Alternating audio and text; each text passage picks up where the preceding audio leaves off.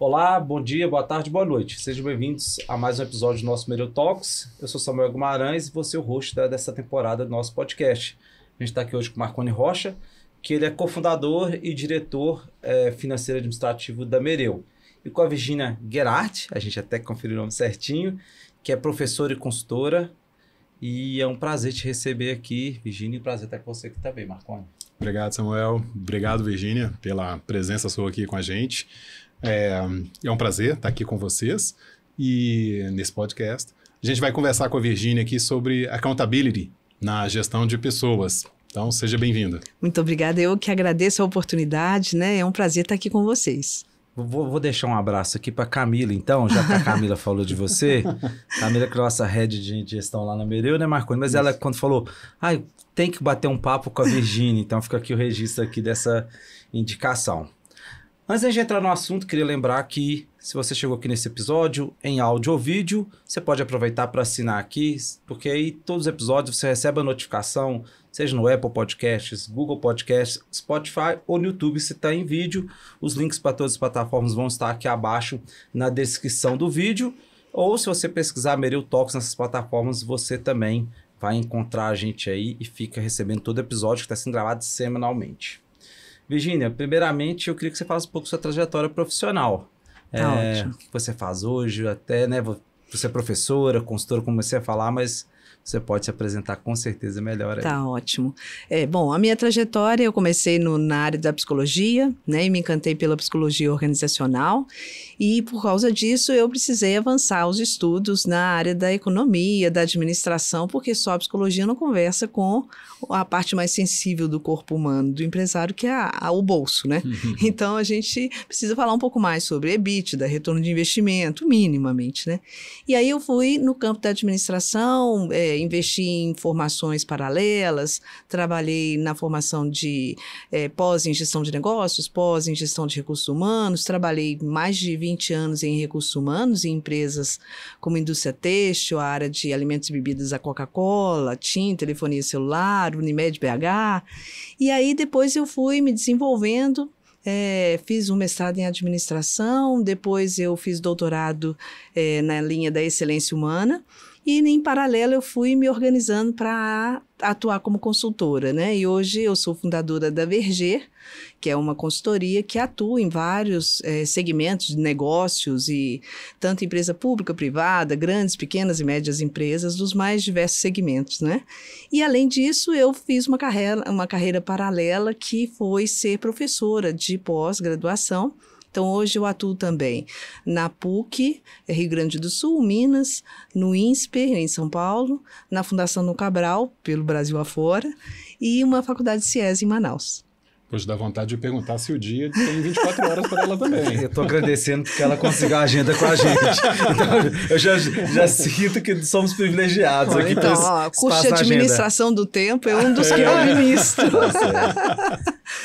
Bom, muito bom. Acho que para a gente começar assim, o gancho da conversa, Virginia, eu queria puxar o assunto assim, da excelência. Excelência que, aliás, até na Mereu a gente tem como um dos nossos valores. Mas eu queria ouvir de você. Você contando para a gente um pouquinho como você enxerga a importância da excelência no dia a dia das organizações e das pessoas? Então, a gente costuma usar a excelência muito ligada à qualidade, não é? E excelência tem um campo vastíssimo, teórico, inclusive. Após o doutorado que eu fiz em Portugal, lá na linha da excelência humana, né? Então, tem muitos autores que trabalham com esse campo e avaliando, investigando quais são as variáveis que contribuem para que as pessoas tenham um desempenho superior. Então, a excelência tem a ver com fazer o melhor que você pode e não se contentar em não melhorar todo dia, né? E tem um conjunto de variáveis que contribuem, e principalmente no campo dos esportes, tem muitos estudos. O que contribui para surgir um Ayrton Senna da vida, né? Um maratonista, um recordista mundial? Então, tem um conjunto de variáveis que contribuem para as pessoas atingirem esse nível de excelência, né? E aí tem autores como o Erickson, que é o professor que trabalha com a prática deliberada, em que ele pressupõe que não existe senioridade se a pessoa não praticou pelo menos 10 10.000 horas. 10.000 horas, Né? O conceito das 10.000 horas. Exatamente. Então, normalmente está relacionada à dedicação, né? À persistência, à prática, a treino e muito a ver também com suporte, que é uma coisa que eu me encanto nessa área da excelência, que é a importância de encontrar alguém. E tem até um autor que defende uma variável da sorte. Você pode ter nascido com toda a propensão a não ter tido sucesso na vida, mas se você tiver encontrado a oportunidade certa de ter alguém que te suporta, e é o que acontece com muitos esportistas, por exemplo, né, que encontram um treinador totalmente, né, adverso, e um treinador ali usa a referência daquela pessoa e ajuda ela a crescer. E se vira o suporte para aquela pessoa. E vira o suporte para ela.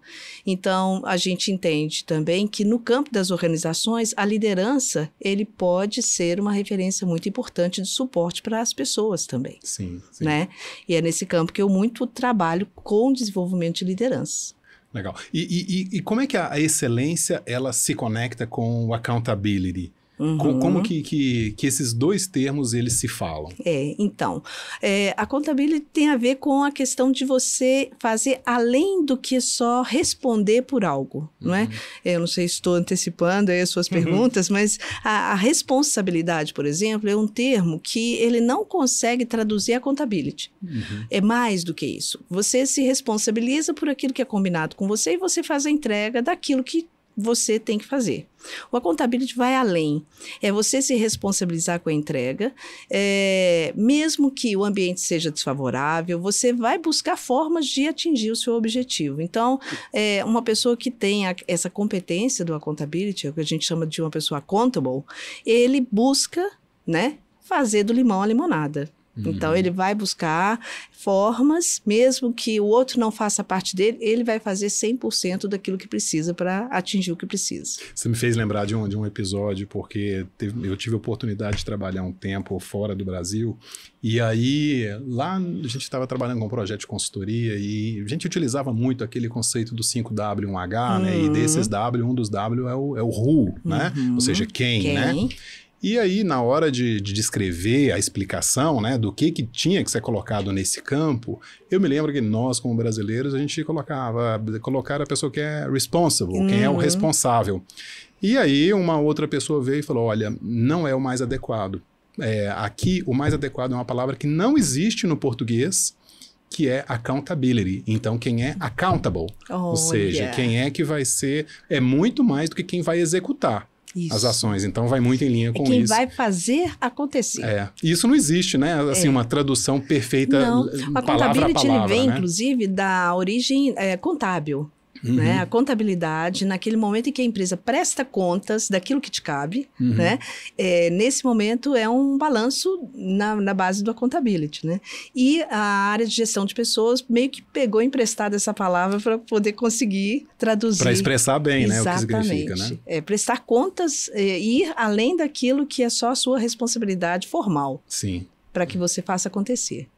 E como que a gente pode pensar qual a responsabilidade, ou como o setor de gestão de pessoas, tem vários nomes hoje, né? Em vários cenários das empresas, mas quem trabalha com gente, como que esse setor que cuida das pessoas pode trabalhar o accountability para até uma forma de chegar-se na excelência? Como que ele pode fazer isso? Ou qual a responsabilidade dele de fazer isso dentro da empresa, dentro dos outros times? Eu entendo e venho de uma escola que o verdadeiro gestor de pessoas são as lideranças, né? Sim. E a área de recursos humanos, gestão de pessoas, gestão de gente, tem vários nomes, é aquela área que vai dar suporte e que apoia os líderes na formação desses líderes para que eles consigam, de fato, administrar conflitos, que eles consigam trabalhar o empoderamento das pessoas. O accountability tem tudo a ver com empoderamento. Se a pessoa não se sente empoderada, se ela não acredita nela, ela provavelmente não vai ter uma postura accountable, né? Ela não vai se responsabilizar por aquilo que ela não acredita nem nela mesma. O RH dá o apoio, igual você falou, para a liderança, né? Isso. Porque a liderança precisa ser accountable. Isso. E uma liderança accountable pode trazer isso para as pessoas que estão ali no time. Porque é aquilo que a gente tem falado em alguns outros episódios, Marconi. o exemplo, a referência, como as pessoas olham. A gente falou tanto, né? O líder vai acabar influenciando o seu time. Então, se ele não tem, como você falou, não é só responsabilidade, né? Mas se ele não é uma pessoa que assume a responsabilidade e faz acontecer, provavelmente seus liderados também não vão se conectar com isso, né? Eles vão olhar e falar, meu gestor aqui, ele também não é responsável por nada, ele não pega nada, não tenta executar nada, então... E ele não se responsabiliza, inclusive, pelo desenvolvimento do time dele. Então, ele não vai dar exemplo porque ele não assume nem o próprio papel. E muitas vezes a gente percebe que isso envolve um contexto que vai além da questão individual. É porque, às vezes, esse sujeito ele foi promovido inadequadamente, ele era um excelente técnico e foi promovido para um cargo de liderança que nada tinha a ver com o perfil dele, né? Ou ele não foi preparado para aquele nível de, agora, responsabilidade e entrega. Né?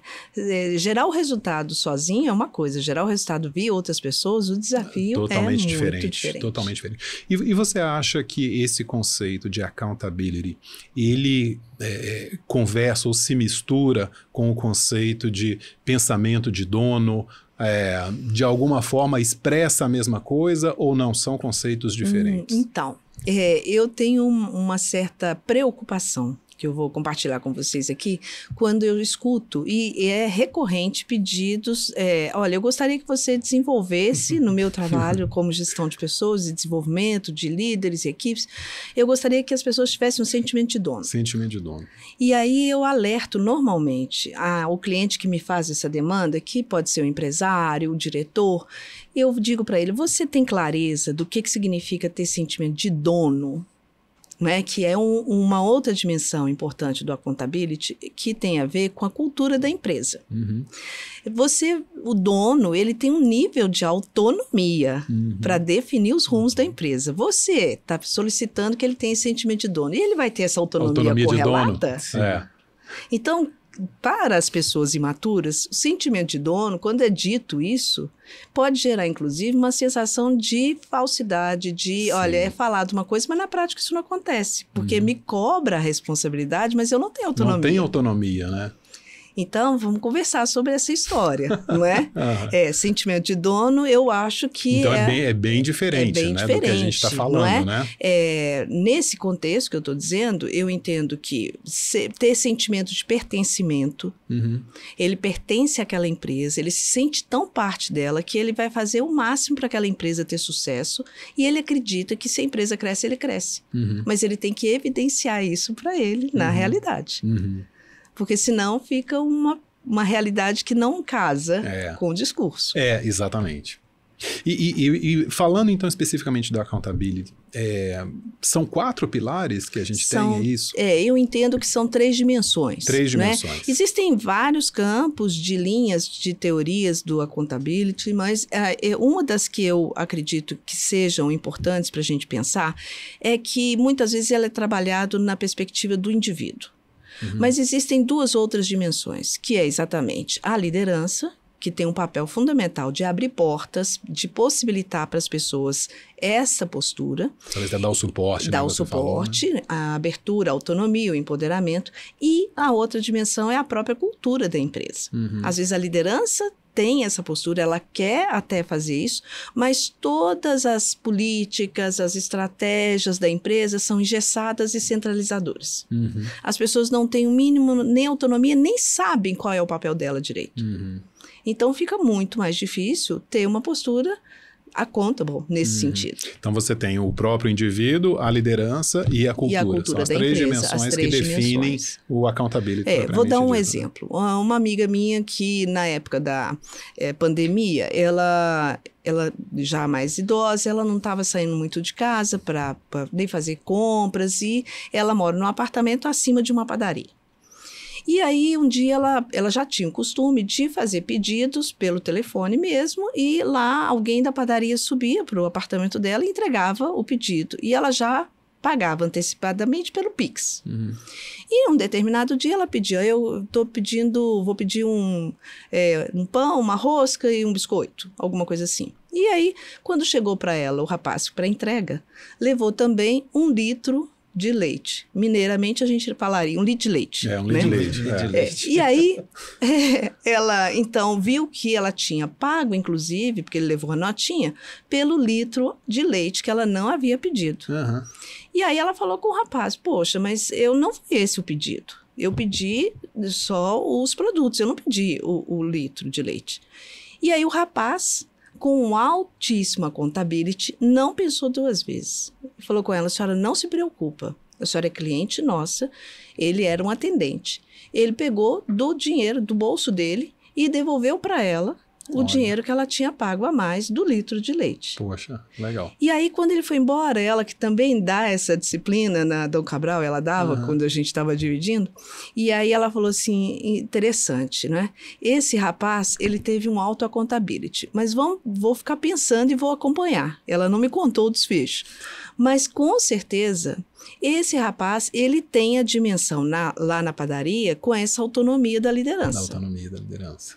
E a cultura da empresa, os processos, procedimentos, tem que possibilitar essa facilidade, essa flexibilidade. Para ele saber que ele vai de alguma forma, depois eles vão pode. organizar administrativamente, financeiramente, como é que entrou no caixa e saiu. Uhum. O foco era atender o cliente. Se ele teve esse propósito e ele encantou a cliente, mas depois, qual que vai ser a reação da liderança e da empresa? Pode ser que se a liderança e a empresa não estiverem apoiando essa postura, façam com que, inclusive, ele fique desmotivado e desencorajem. Ele nunca mais vai fazer aquilo. Ou ele vai decidir até sair da empresa. Porque se ele tiver um alto accountability... Não é onde ele tem espaço, se sente... Aí entra o pertencimento que você falou. Ele vai falar que é talvez a burocracia, eu fiz uma coisa pensando na experiência da cliente para continuar comprando. Isso. E aí... não resolver administrativamente e eu não sei como vai resolver essa diferença do dinheiro. Exatamente. Ele vai ser muito impactado Ele por pode isso. ser até punido. Sim. Se ele não tinha essa autonomia, né? Então, esse conjunto, essas três dimensões, elas precisam andar juntas para que tenha, exista de fato, a accountability dentro da empresa. Que não seja um episódio que aconteça só de vez em quando. Não, mas que seja algo perene ali. Isso, exatamente. Você comentou que tem até disciplina, né, sobre accountability. E imagino que você fala muito para C-level, diretores, gerentes. Imagino que todo mundo participa de alguma aula, né, algumas universidades, instituições que você falou aqui. Quando começa um processo de, não sei se falar se é uma metodologia, não acredito que seja, mas você vai trabalhar o conceito de accountability dentro da empresa.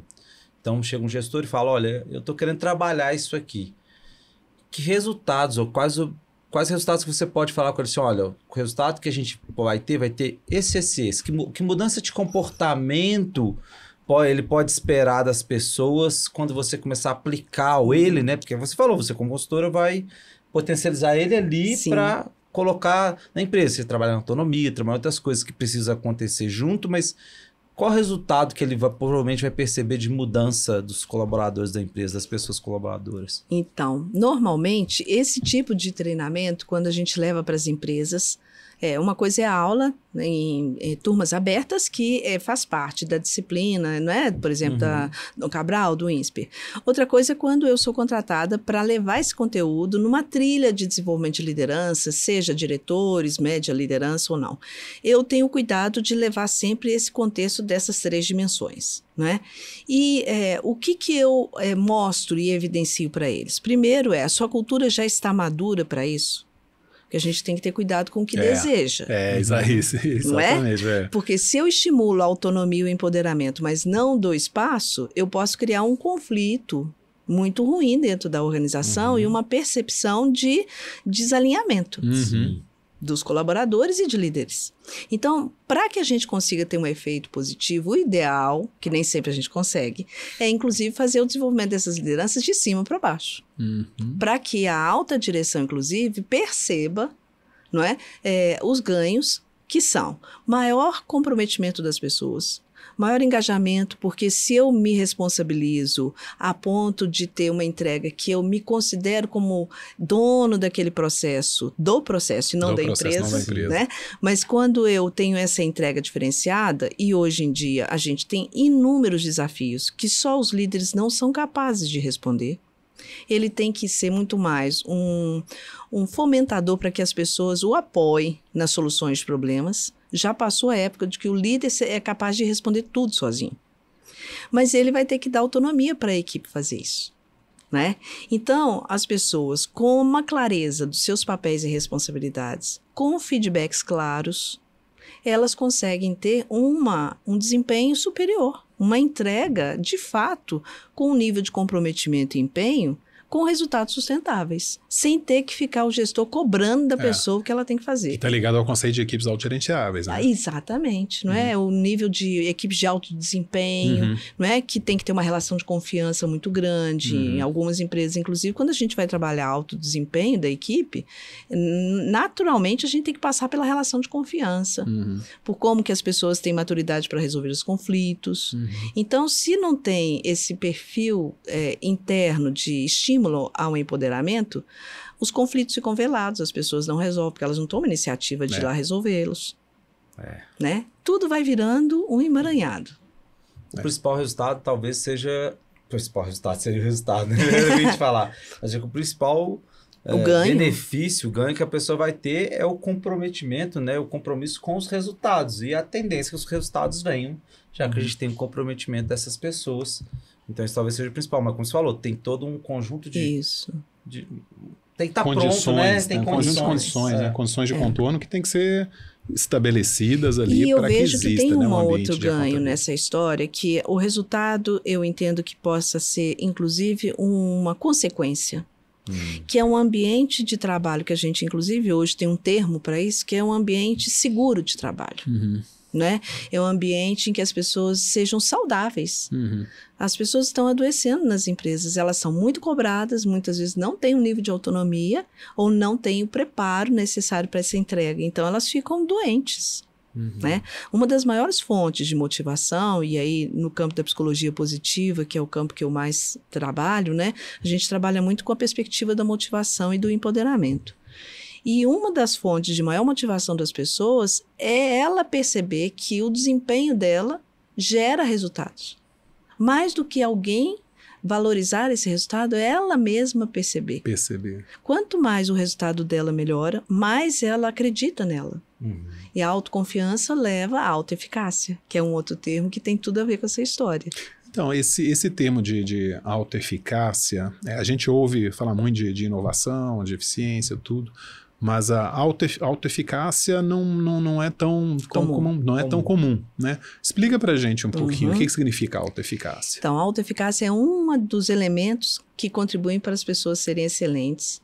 É de uma linha de um autor que chama-se Bandura, que trabalhou muito esse conceito de autoeficácia. No meu doutorado, eu, inclusive, usei essa variável para testar os 250 ex-trainees que fizeram parte da minha amostra de excelência, né? Então, eles tinham que ter pelo menos 3 promoções no cargo de liderança para fazer parte dessa amostra.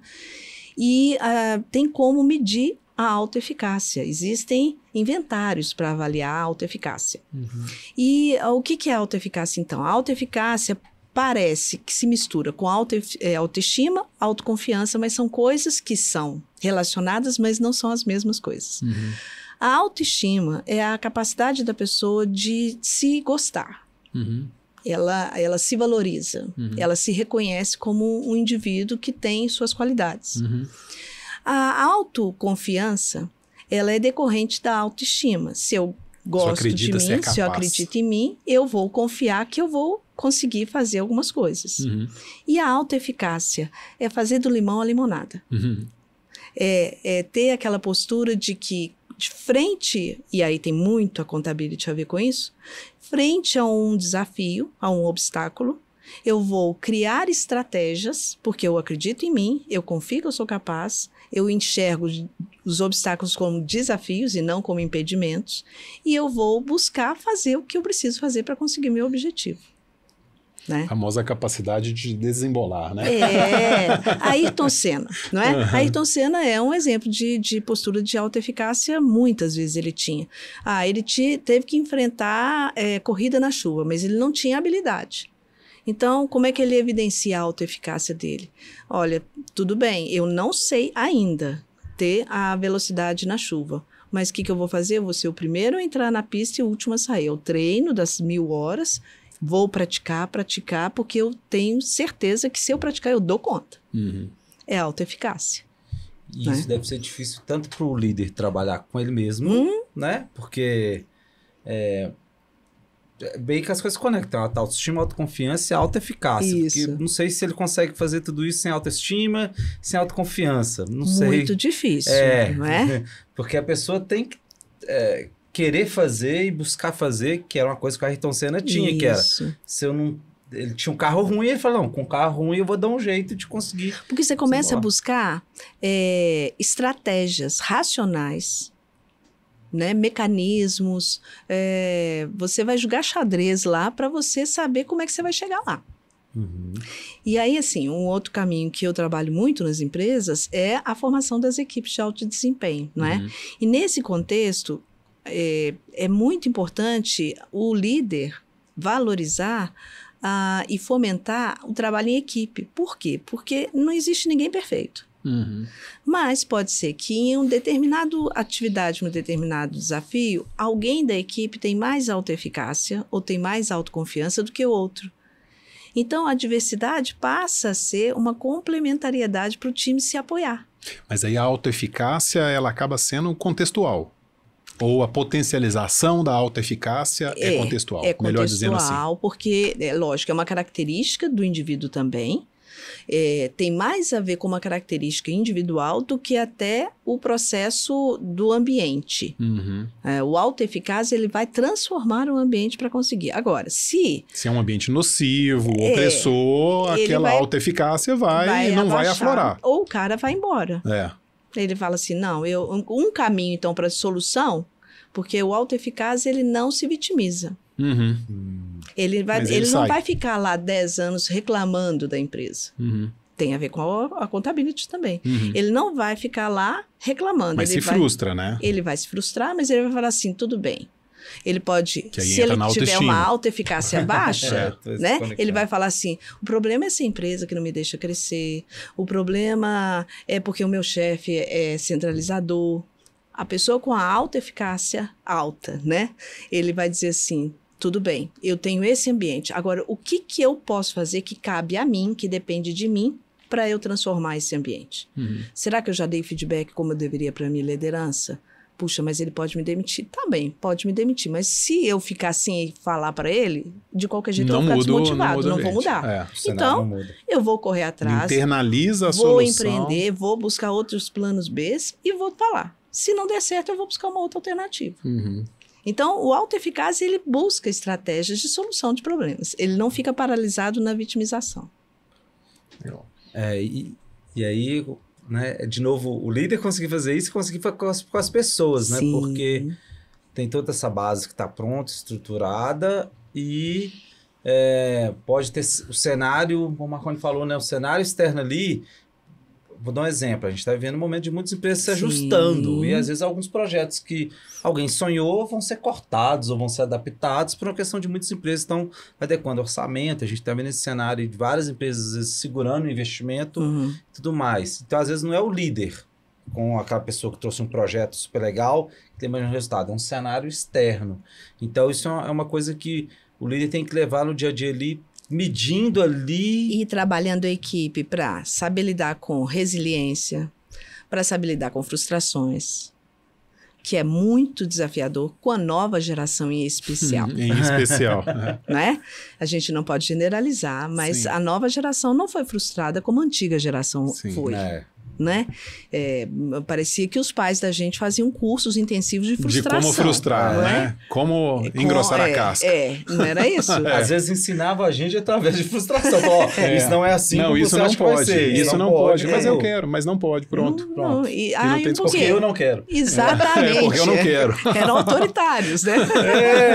Mas é interessante isso, essa coisa que a gente viveu. É igual uma vez que alguém está falando de crise econômica, né? A crise econômica olha, o juros pode chegar até tanto, pode ter isso, mas a gente aqui, não quero entrar na idade, não é bom falar disso, mas a gente viveu o cenário, seja mais novo, mais velho, que olhava e via inflação de 40%, que dá exemplo, né, tradicional, que o saco de arroz no dia era X, e no outro dia era X mais 40%, 50%, 70%. Você fazia a compra de 3 carrinhos para armazenar em casa. Exatamente. Todo mundo fazia estoque, né, em casa, né? Tem uma geração nova que não conhece isso, Não. e também é o que você está falando um pouco, essa geração nova, né, brincadeira à parte a gente fez, mas sem generalizar, mas que boa parte vive de forma diferente ou convive diferentemente com a frustração, né? E tem talvez um engano da busca da felicidade, que a gente falou da psicologia positiva, que tem a ver muito com o parâmetro da felicidade, não sendo como uma coisa de autoajuda, mas ciência mesmo, de uma visão hedonista da felicidade, né? Que o hedonismo tem a ver com você acreditar que você vai conseguir realizar todos os seus sonhos. Né? Que é muito o reflexo do Face, do Instagram. Ninguém posta alguma coisa ruim, deprimido ou qualquer coisa nesse sentido, né? Só coisas boas. Então é uma referência muito alta, uma régua muito alta para essa geração que tem que ser feliz o tempo inteiro. E se tem um campo que é um campo muito bom de frustração, é na empresa. Tinha um teórico aqui, um consultor aqui em Belo Horizonte, que ele falava o seguinte: se empresa fosse um lugar para fazermos só o que quiséssemos, não se chamaria empresa, se chamaria insolta. É presa porque tem regra, normas, procedimentos, não é? Então, é um campo que a liderança tem que desenvolver nela mesma, ser capaz de buscar referências, né, positivas, se autoconhecer, mas ele vai ter que ajudar a equipe a ter resiliência, a se ajustar a mudanças, a ser capaz de se autodirecionar para outros objetivos, rapidamente virar a chave, né? E isso significa a liderança sair daquele perfil mais centralizador, totalmente sair do perfil de comando e controle e passar para um perfil de mais autonomia, de mais construção, virar o suporte para que as pessoas desenvolvam ali todo o conceito de Agora percebe o quanto que a cultura da empresa está baseada em tradicionais, não é? Essa estratégia não se vira de uma hora para outra, porque tem a ver com hábitos. Por isso que a excelência é uma estratégia importante para o desenvolvimento de lideranças. Porque a excelência, que é uma coisa antiga, que vem lá da época de Aristóteles, né? Aristóteles já traduzia excelência não como um ato, mas como um hábito. Você tem que modo de pensar, modo de agir. É um desenvolvimento, é um contínuo. Você não se torna excelente. Nunca aceitar o mais ou menos, né? E não acreditar que você vai virar excelente só porque você virou uma chavinha. É um investimento. Você tem que estar fazendo. Pense nos maratonistas, recordistas mundiais, que para mudar um décimo de segundo ali, ele treina 4 anos direto. Né? Ele não se reconhece menos do que o necessário para fazer essa mudança. Então, ele tem que, de fato, treinar muito. E aí, o imediatismo, que é muito uma característica brasileira, isso, né? De achar que as coisas viram rápidas, sem muita persistência, dificulta esse processo. Dificulta. E aí, conduz à frustração. A frustração. É isso aí. Né? Legal.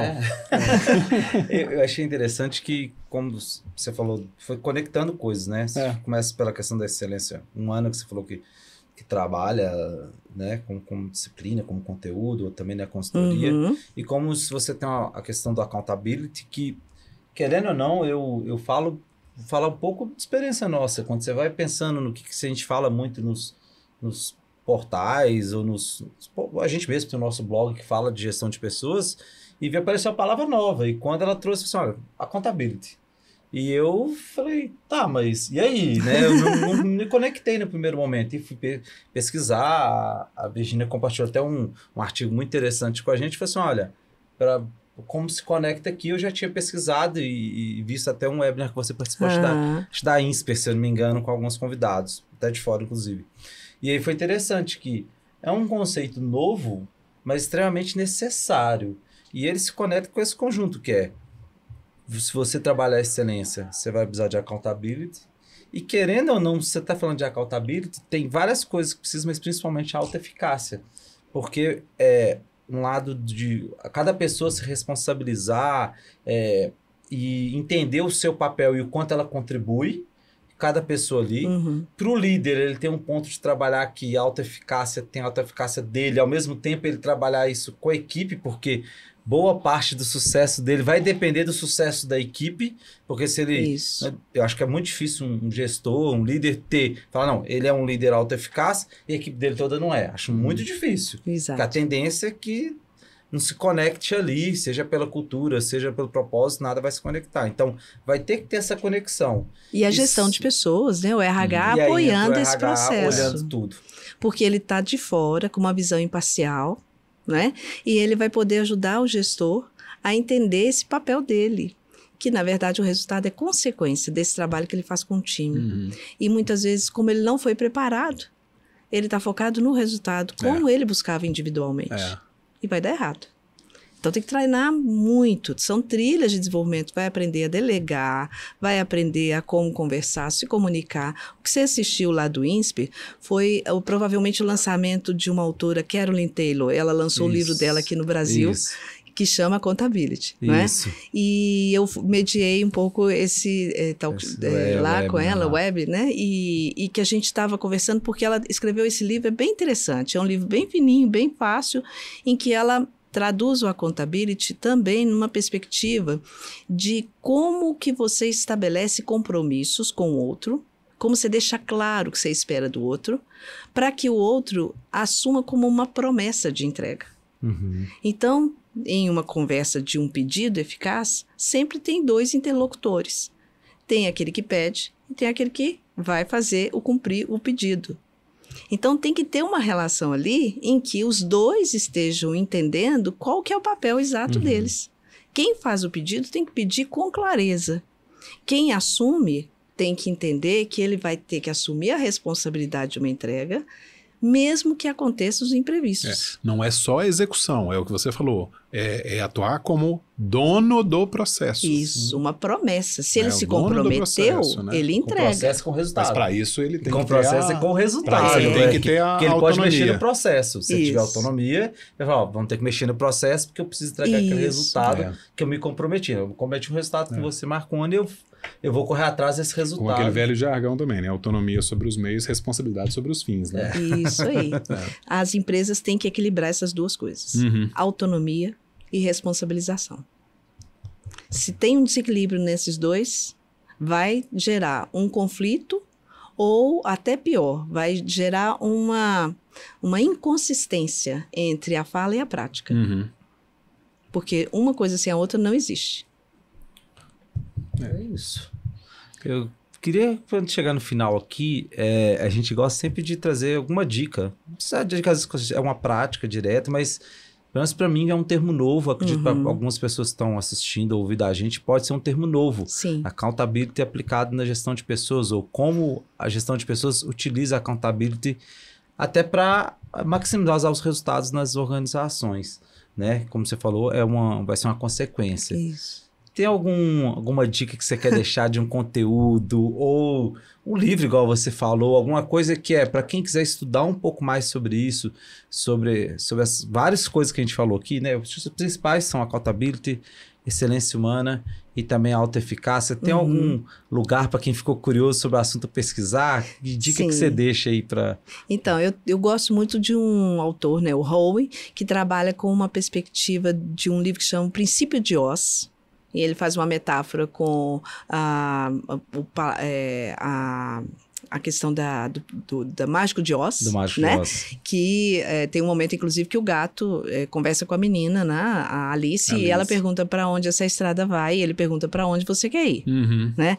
E ela fala, não sei. Então para quem não sabe, qualquer caminho é válido. Qualquer caminho é válido. Então, a primeira coisa é a definição clara de objetivos. Né? Se a pessoa não enxerga qual é o propósito dela, ela não terá accountability. Então, a primeira coisa é enxergar. E nesse livro, do Princípio de Oz, os autores, são 3 autores, eles fazem, inclusive, essa orientação. Tem até um assessment lá em que você faz uma autoavaliação como está o seu nível de accountability. Legal. E que ele vai trabalhando em 4 níveis. Primeiro é enxergar que aquela questão é sua, que aquilo é seu, aquilo te cabe. Que vai haver o estímulo para autoeficácia e por aí vai. O segundo é, ok, isso é meu, então eu vou me apropriar. Então tá, então me dá aqui a bola porque eu vou fazê-la rodar. Então o que eu preciso fazer para acontecer? Eu vou buscar. E aí a terceira coisa então eu vou buscar estratégias para fazer acontecer. E a quarta eu vou fazer. Porque tem pessoas que vão até um certo nível, mas não completa. Entendi. Eu sei, fico com a bola, mas não sei fazer. Então, ele não busca formas de fazer o papel dele, né? Então, esses 4 níveis... Enxergar, apropriar... identificar alternativas para resolver. Identificar alternativas e executar. E executar. Interessante, é isso que você caminho. falou. Às vezes as coisas são... O princípio de Oz. O princípio de Oz. Então, Isso uma dica.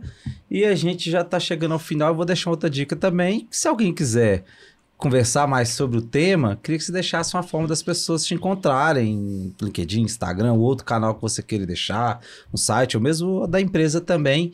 Queria ficar à vontade, aí você pode deixar esses contatos aí para o público te encontrar. A gente vai deixar os links também. Ótimo. Né? Porque tem quem está ouvindo e aí já vai dar uma pesquisada, mas a gente também deixa nos comentários. Eu fico muito feliz de contribuir. Isso tem a ver com a minha missão pessoal, de ajudar as pessoas a terem um nível de autoeficácia e empoderamento pessoal. Eu acredito muito que a felicidade tem a ver com esse caminho, né? Então, vocês podem me encontrar no Insta, no pelo LinkedIn, né? Virginia Gherardi, sempre coloca Virginia Gherardi e aparece lá. Verger é o nome da minha empresa e o site está lá no verger.com, né?